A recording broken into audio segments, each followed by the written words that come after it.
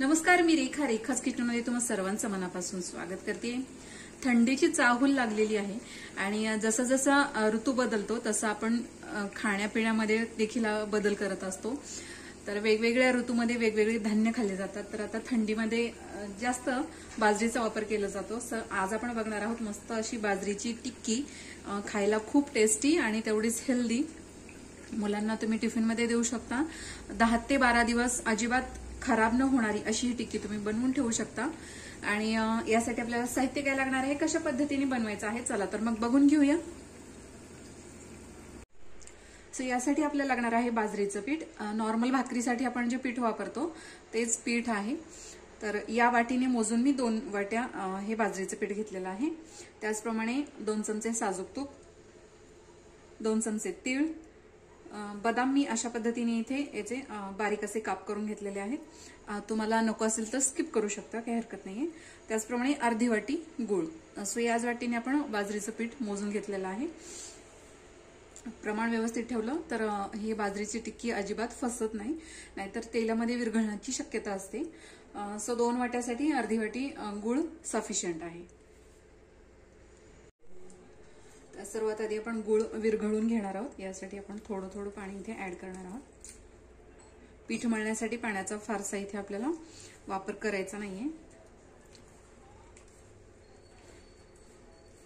तर अशा पद्धतीने गूळ इथे विरघळून घ्यायचंय.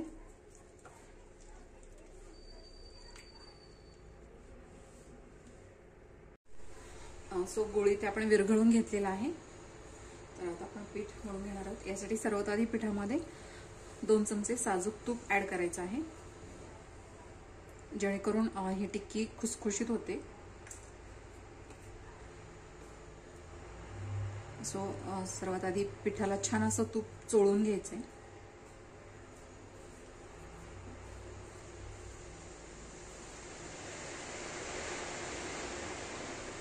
त्याचप्रमाणे तीळ आणि बदामाचे काप. तुम्हाला हवं असेल तर थोडीशी वेलची पूड, बडीशेप वगैरे घालू शकता, पण बाजरीला ऑलरेडी त्याची एक चव असते. सो त्यामुळे इतर गोष्टी नाही घातल्या तरीही त्याची चव छानच येते. सो आता गुळाचं पाणी आपण यामध्ये ऍड करणार आहोत. अगदी थोडं थोडं पाणी इथे आपल्याला ऍड करायचं आहे, कारण याचं घट्ट असा गोळा आपल्याला मळून घ्यायचा आहे.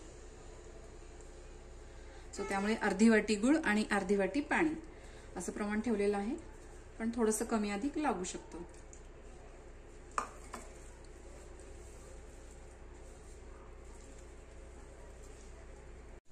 सो अशा पद्धतीने आपण हे छान असं घट्ट मळून घेतलेलं आहे. तुम्ही बघू शकता इथे. तर अगदी थोडासा तुपाचा हात लावून आपण याचे छोटे छोटे पेढे तयार करून घेणार आहोत.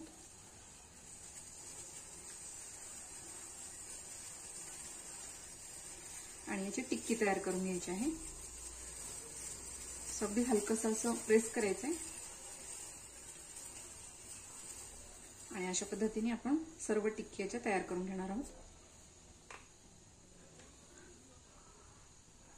सो अशा पद्धतीने आपण या टिक्की तयार करून घेतलेल्या आहेत. आपण ह्या तळून घेणार आहोत. मस्त अशा टिक्की आपल्याला लो फ्लेमवर तळायच्या आहेत. तेल मी ऑलरेडी गरम करून घेतलेलं आहे. सो इथे मी तेल गरम करून घेतलेलं आहे. आपल्याला लो टू मीडियम हीटवरच तेल गरम करून घ्यायचंय. फार कडकडीत असं तेल गरम करायचं नाहीये. असं केलं तर याची वरची लेअर तळते, पण आतून या टिक्की कच्च्या राहतात. सो यासाठी आपल्याला मीडियम हीटवरच ह्या टिक्की तळून घ्यायच्या आहेत.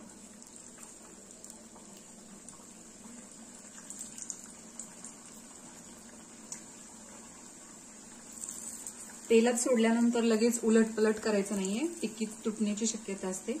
सो थोडंसं तळल्यानंतर आपण या पलटून घेणार आहोत.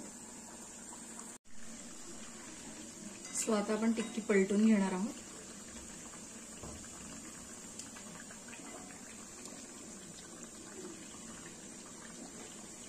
लो टू मीडियम हीटवरच आपल्याला ह्या टिक्की तळून घ्यायच्या आहेत.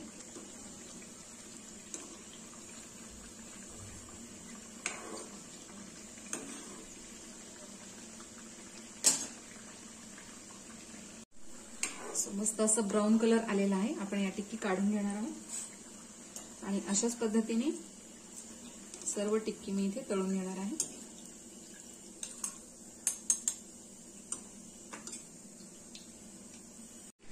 सो अशा पद्धतीने आपली इथे बाजरीच्या पिठाची टिक्की तयार झालेली आहे। खूप पौष्टिक अशी ही टिक्की तुम्ही मुलांना टिफिनमध्ये देखील देऊ शकता किंवा छोट्याशा भुकेसाठी देखील अशा प्रकारची टिक्की तुम्ही बनवून ठेवू शकता। खायला तेवढीच टेस्टी आणि तेवढीच हेल्दी। सो मस्त अशी ही बाजरीची टिक्की रेसिपी आवडली असेल तर नक्की ट्राय करा। व्हिडिओ जर आवडला असेल तर लाईक करा, शेअर करा, सबस्क्राईब करायला विसरू नका। बेल आयकॉनला क्लिक करा जेणेकरून तुम्हाला माझ्या व्हिडिओची नोटिफिकेशन येत राहील आणि अशाच प्रकारच्या छान छान चमचमीत रेसिपीज तुम्हाला बघता येतील। प्रेमाने बनवा, प्रेमाने खाऊ घाला। धन्यवाद।